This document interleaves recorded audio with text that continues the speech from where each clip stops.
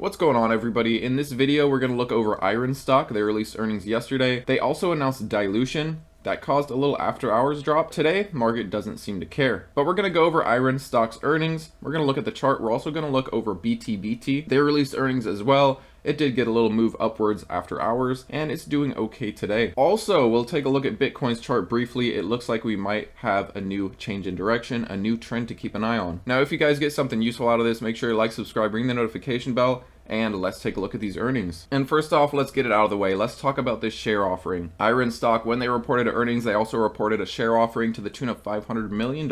And this is nothing new. We saw this from many miners over previous months. We saw CleanSpark announce dilution to the tune of $800 million.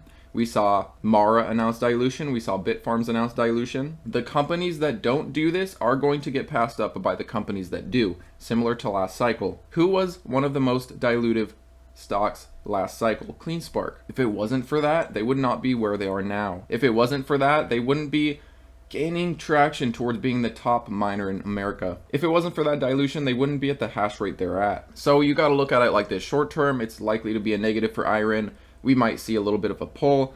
It's nice to see a green day today after news like this. It seems like the market's taking earnings positively, what the actual results are, not this dilution. I mean, Iren did post a profit. They have a good cash pile. We'll get into earnings in a second. I just wanted to tell you guys, this is nothing new. We've seen this across the board from a lot of these Bitcoin miners. This gives them more cash to survive any potential unprofitability now that we're post-halving, now that we're post-rewards getting cut in half. If we do see a quarter or two of unprofitability, well, this extra money helps out Iren. They can have even more cash on their balance sheet. They can grow, they can expand. But let me know what you guys think about this dilution. If you're here for the short term, you probably don't like it. If you're looking at Iren over the next couple years, past the halving cycles for a long-term stock, even looking at it for this halving cycle, by the end of 2025, this further concretes their survival. This gives them the cash they need to not have to pull out a bunch of high interest rate debt, which as shareholders, I like the sound of that. But yeah, my main point about the dilution is, while it sucks, it is a necessary evil for these Bitcoin miners that are trying as aggressively as they can to grow to beat the competition. Let's take a look at Iren earnings. They achieved record revenue, achieved record adjusted EBITDA and operating cash flow. They did see a profit, quarterly net profit after tax of $8.6 million. Not huge, but that's still a positive, seeing a profit from Iren. They also announced expansion to 30 exahash in 2024. You wonder why they diluted? Well, this is part of why. But let's keep going. Let's read some words from the co-CEO. Our team continues to execute, achieving our 10 exahash milestone ahead of schedule, now increasing our 2024 expansion plans from 20 exahash per second to 30 exahash per second. We believe the strategic investments we've made in land, power, and infrastructure provide a clear pathway to industry leadership.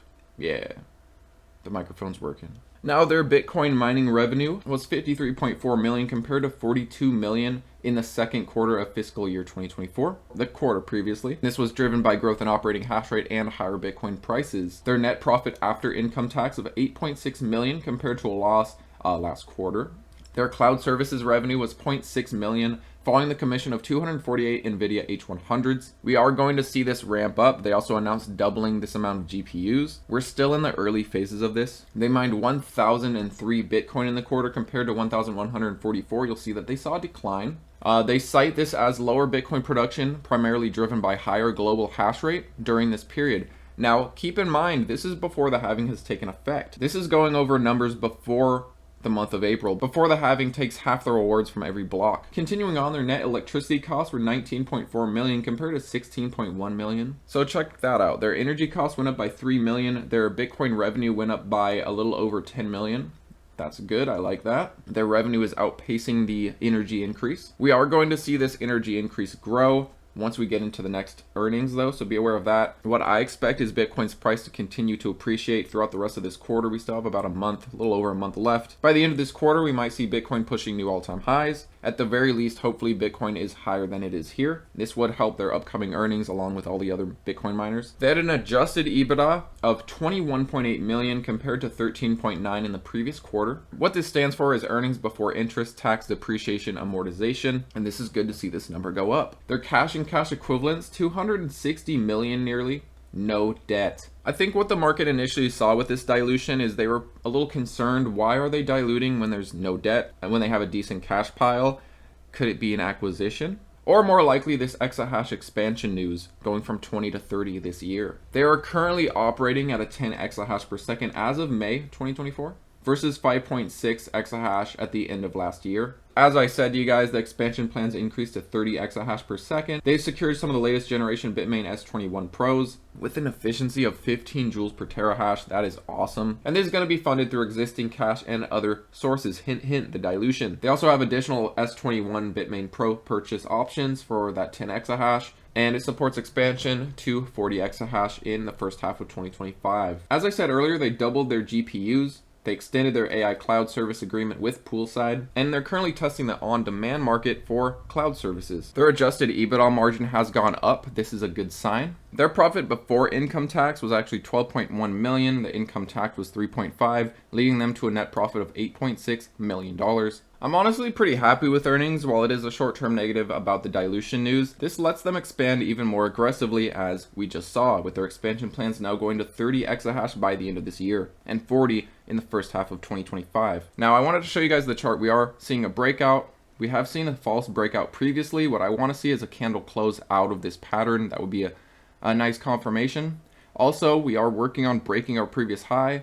Let's hold over this 550, 560 area. That would be another great sign. Continuing to take out these higher highs, continuing to set higher lows. We have a potential new pattern to keep an eye on. We might be starting, this might be the beginning of a new potential pattern. Keep an eye on how this pattern plays out. It's still very early, but this might be the beginning of our new direction. I'll definitely take this ascending channel over what we saw previously. This is a big change in direction. You know, we were previously continuing to set lower highs. For quite a while, Iren was holding the low fours, kept seeing lower highs. The buyers finally picked this up, pushed it up past previous highs. I do think this is the beginning of a new uptrend. Here's hoping Bitcoin can keep its recent gains. Next up, let's look at Btbt earnings. Their total revenue was over $30 million for the quarter, a record quarter for revenue, 266% increase compared to the first quarter of 2023. And this is mainly driven by their AI services that has recently been ramping up. I'm very excited about their AI segment. It is already shaping up to be a very big portion of their business, and I like to see that. Their revenue from Bitcoin mining was 21 million for this first quarter, 166% increase compared to the prior year's quarter. Their AI business began generating revenue in January of 2024, very early. It's only been a few months now. They recognized 8.1 million from their AI during the quarter. Btbt also gave a one-time service credit of 1.3 million to their customer because of the decreased utilization during their initial deployment period. So we shouldn't necessarily see this again. And they even say adding back this credit would yield a gross margin of approximately 72%. Compared to a reported gross margin of 61%. I mean, a 61% gross margin is still fantastic, but 72% without this credit, that's even better. Hopefully we see something like that in the next quarter. Revenue from their ETH staking was approximately 0.3 million. Not huge, but still a positive. I like that diversified revenue stream. Btbt had cash equivalents, restricted cash, 35 million. Pretty low, I'll admit. Total liquidity, when you include their digital assets, when you include their USDC, their Bitcoin, their ETH, they're sitting at 163 million total there. Much better standing than just their cash balance. Look at their total assets, 291 million. This isn't even the market cap of Btbt.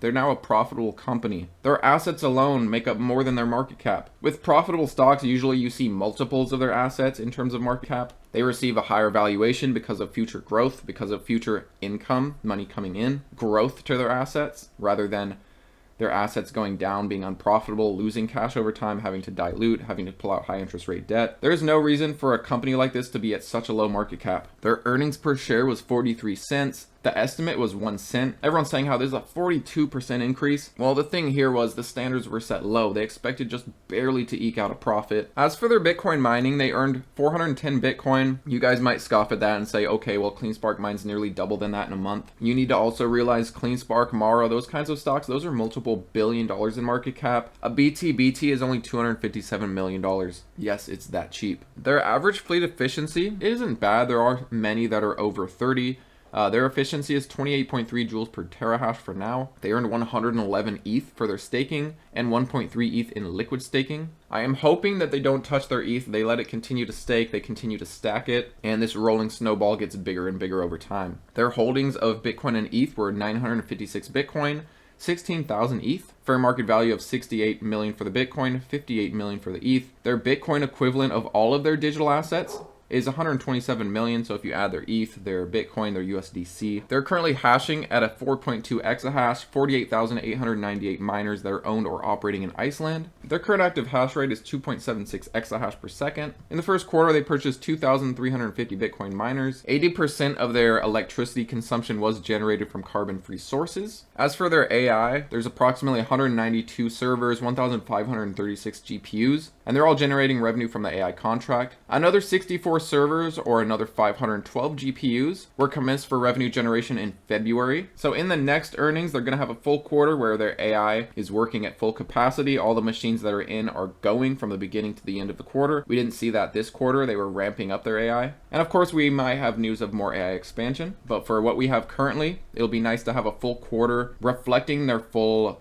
AI potential for now, at least. Looking at Btbt, we broke our pattern. We are heading back down though. I'd love to see it close above this pattern. We might be starting a new trend. Keep an eye on this yellow ascending line. This might be our new ascending support, and keep an eye on where we go, because either this might become sort of a ascending wedge, which we don't really want to see. We might head a little higher on our next candle, and this might become a potential ascending support. I do think we're starting to see a change in trend. Our next goal for Btbt is a break of the 200 MA. We are starting to get some upwards curlage on the 50 MA, which is great. The 200 MA, however, is still pointing down. If we can get some good momentum, break over the 200 MA, spend a little time up here in the, high twos, we can start seeing the 200 MA cross back upwards. It'll take some time. Keep that in mind. These are lagging indicators. But if we can continue some good upward momentum, I do believe it's a matter of time until we see a golden cross, and we likely won't see a death cross until crypto winter. I did want to show you guys Bitcoin. We broke out of this big downtrend. This was great. We saw huge reaction on it,